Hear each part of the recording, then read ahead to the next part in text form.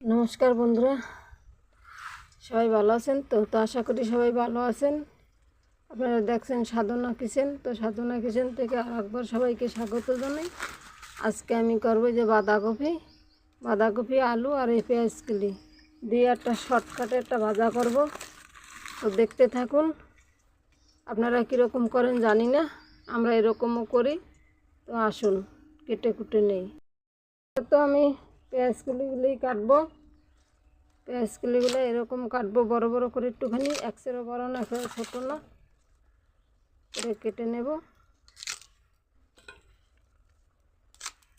পেঁয়াজ কিলি খুব ভালো জিনিস, অনেক কিছুর সঙ্গে খাওয়া যায়। পেঁয়াজ কিলিগুলো কাটার আগে একটুখানি ধুয়ে নিয়েছি, আবার কেটেও দেবো। তো সঙ্গে থাকুন। পেঁয়াজ কিলি কাটা, এখন আমি কপিটা কাটবো। কপিগুলোকে আমি একদম ছোট ছোট করে সুন্দর করে কেটে নেব। এই পাতা ফেলে দেই দুই একটা। এখন তো কপি এমনিও সস্তা হয়ে গেছে, খুবই সস্তা। প্রচুর পরিমাণে সবজি এবছর। একদম ঝিরি ঝিরি করে কেটে নেব। এই দেখুন একদম ছোট ছোট করে কেটে নিছি। বাঁধাকপিটা কাটতে আমাদের খুবই মজার একটা জিনিস, খুব ভালো লাগে বাঁধাকপি কাটতে। আপনাকে কেমন লাগে কমেন্ট করে জানাবেন। এই যে কেটে নিলাম বাঁধাকপি। তো বাঁধাকপিটাও আমার কাটা হয়ে গেছে, সব কেটে নিলাম। আমি পুরোটা দিলাম না, অর্ধেক দিলাম। আমার কম লাগবে তাই আমি কম দিলাম, আপনাদের যেমন লাগবে তেমন দেবেন। আলুটাকে কেটে নেব। আলুটা একবার ধুয়ে নিছি, এবার কেটে আর একবার দেবো একটুখানি। শোকাটারই দেখেন, আলুর বটে পিছন দিয়ে কোরান দিলে পরে আলুর শোকাটা সম্পূর্ণ উঠে যায়। ধোয়ার সময় যদি না ওঠে, আপনারা এরকম টান দেবেন, উঠে যাবে একদম শর্টকাটে। তো হয়ে গেল আমার শোকা তোলা। এবারে আমি আলুটাকে কুচিয়ে নেব একদম ছোট ছোট করে।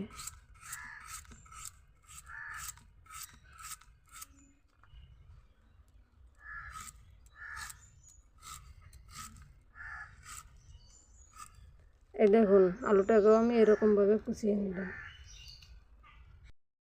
কেটে নিলাম। এবার একটু ধুয়ে নিয়ে আসি।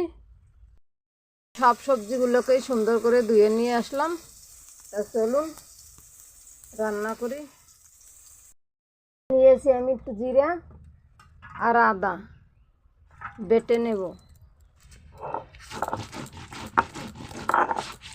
একটুখানি আদা কুচিয়ে নিলাম, জিরা বেটে নিলাম।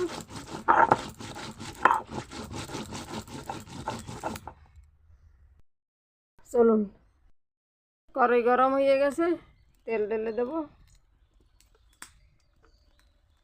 তেলটা একটু গরম হোক।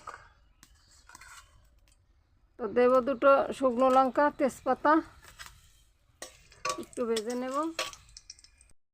তেজপাতা লঙ্কা ভাজা হয়ে গেছে।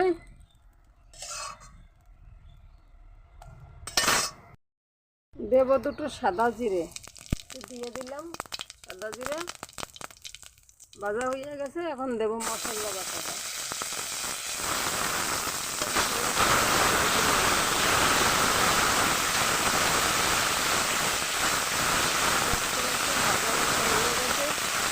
বাদামি কালার চলে এসছে, ভাজা হয়ে গেছে।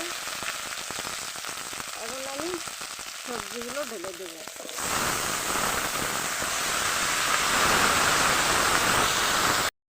দিলাম কাঁচা লঙ্কা চিড়ে রেখেছিলাম, হলুদের গুঁড়ো, পরিমাণ নুন, কালারের জন্য লঙ্কার গুঁড়ো,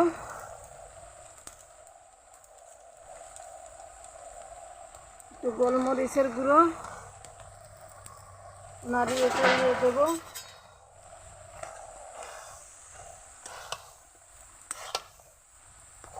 ভালো করে মিশিয়ে দেব। সমস্ত মশলাগুলো একদম এর সঙ্গে ভালোভাবে মিশে গেছে। এবার একটু এটাকে আমি শুকুর পাশে একটু গুছিয়ে গেছি, একটুখানি ঢেকে দেবো। এই একটু ঢেকে দিলাম। ঢাকনা খুলে দেখি কি হয়েছে। অনেকটাই সেদ্ধ হয়ে গেছে। একটু নাড়িয়ে ছাড়িয়ে দিই ভালো করে।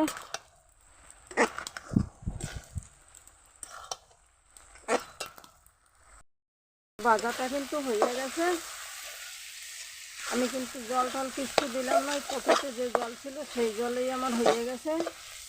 আমি নামানোর আগে একটুখানি গরম মশলা দিয়ে দেবো গুঁড়ো।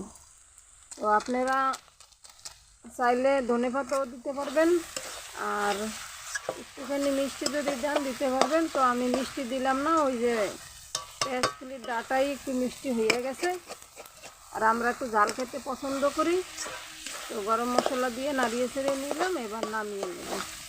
শর্টকাটে একদম কবি ভাজা। আমার যে সমস্ত দাদা দিদি ভাই বোনদের সিঙ্গেলে রান্না বাড়া করেন, খেতে ইচ্ছে করে খেতে পারেন না, এরকম শর্টকাটে রান্না করে খাবেন। ভিডিওটা যদি ভালো লাগে লাইক কমেন্ট শেয়ার করবেন। চ্যানেলটি যারা নতুন দেখছেন অবশ্যই চ্যানেলটি সাবস্ক্রাইব করবেন। এবারে নামিয়ে নেব। তো নামিয়ে নিলাম। পাশে থাকবেন, ভালো থাকবেন, সুস্থ থাকবেন। নমস্কার, আসি, দেখা হবে আগামী পর্বে।